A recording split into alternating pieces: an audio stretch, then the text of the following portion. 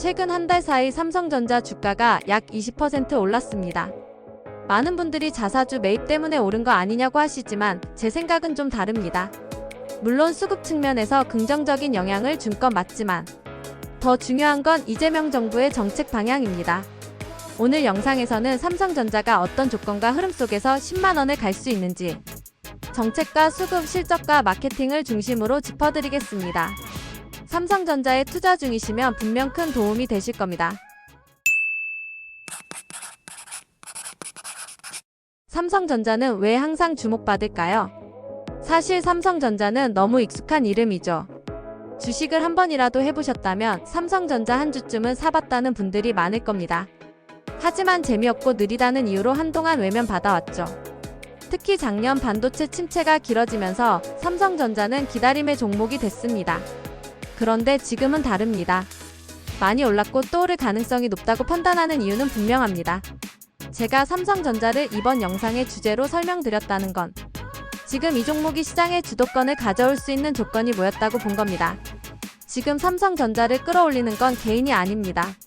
지금 삼성전자를 움직이는 힘은 기관입니다. 기관이 움직이는 방식은 간단합니다. 펀드의 성격에 따라 주식을 구성하죠. 대표적으로는 두 가지가 있습니다. 시장 수익률을 따라가는 방식인 벤치마킹형과 시장과 무관하게 수익률만 추구하는 절대 수익형이 있습니다. 지금까지 시장은 너무 빠르게 올랐습니다.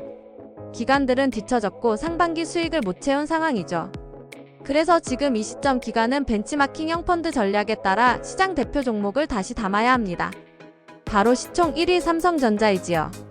즉 지금 삼성전자의 상승은 놓친 수익을 삼성전자로 따라잡기 위한 기관의 구조적 움직임입니다. 그럼 왜 하필 삼성전자일까요? 첫 번째, 이재명 정부의 방향입니다. AI, 반도체, 고성능 컴퓨팅 시스템 육성, 이 모든 핵심 산업 중심엔 삼성전자가 있습니다. 정부 정책과 함께 가는 종목이라는 건 시장에서 돈이 모일 수밖에 없다는 뜻이죠. 두 번째, 자사주 매입. 3조 9천억 원 규모의 자사주 매입은 단순히 주주환원이 아닙니다. 시장의 우리 주가는 지금 저평가다라는 강력한 신호를 준 겁니다. 세 번째, 실적 턴어라운드 시그널. 2분기 영업이익은 4.6조 원으로 어닝 쇼크였지만 주가는 방어했습니다. 이건 시장이 이미 바닥을 인식했고 3분기부터 실적 회복을 선반영하고 있다는 뜻입니다. 여기서 한 가지 더 보겠습니다. 반도체 사이클과 HBM 그리고 SK하이닉스와 비교를 해볼 건데요. 최근 급등한 SK하이닉스를 보면 힌트가 있습니다. SK하이닉스는 고대역폭 메모리 HBM에서 삼성보다 먼저 선점했습니다. 하지만 삼성전자도 뒤처진 건 아닙니다. HBM 3위 공급을 시작했고 HBM4도 연내 양산 목표입니다. 즉 HBM이라는 수요에 기반한 반도체 슈퍼사이클에서 삼성도 빠지지 않는다는 것이죠. 기술력, 설비, 정부 지원까지 더해진 상황에서 삼성전자는 이번 하반기 실적과 수급의 동시 회복이 가능한 위치에 있습니다. 시장 순환의 핵심 삼성전자 중심 구조 이동에 대해서 알아볼 건데요.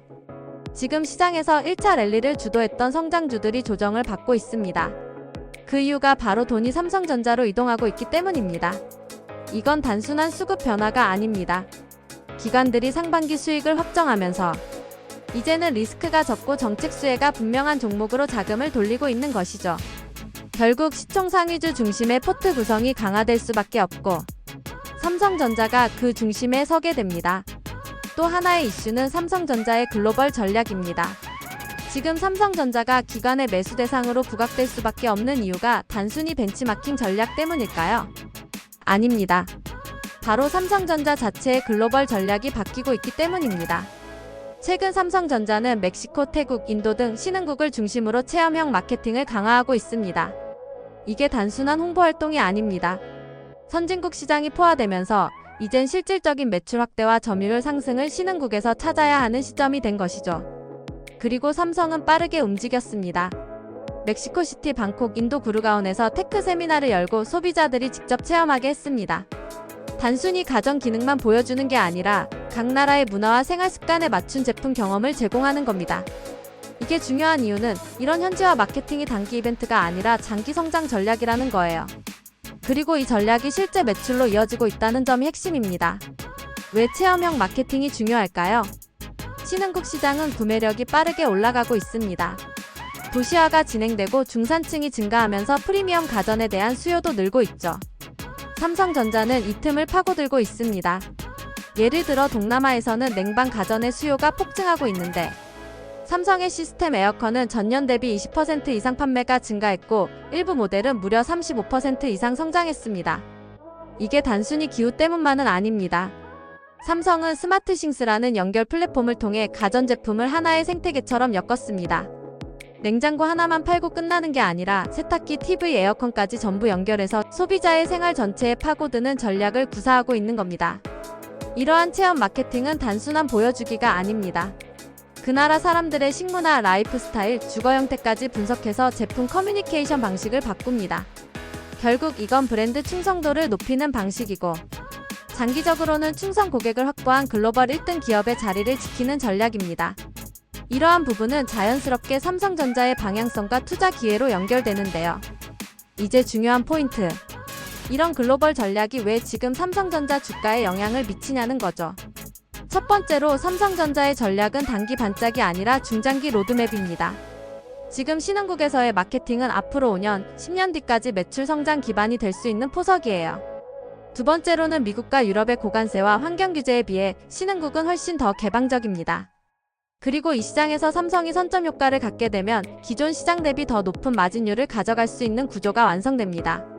세 번째로는 기관 투자자 입장에서는 이런 구조가 너무 매력적이라는 겁니다. 왜일까요? 리스크는 낮고 미래 기대 수익은 높기 때문입니다.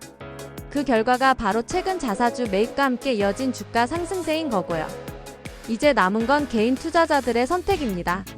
삼성전자의 단기 실적만 보고 판단할 게 아니라 이 기업이 어디로 가고 있는지를 봐야 합니다. 글로벌 전략, 기관 수급, 정책 수혜 이 세 가지를 다 갖춘 종목은 많지 않아요. 삼성전자 그 이름이 평범하게 들릴 수 있지만 지금 이 시점에서 다시 바라보면 전혀 다른 가치로 다가올 수 있습니다. 삼성전자의 주가는 단기적인 반등에 그치지 않을 가능성이 높습니다. 수급 정책 실적뿐 아니라 이처럼 글로벌 시장에서의 전략적 확장까지 체계적으로 이뤄지고 있기 때문입니다.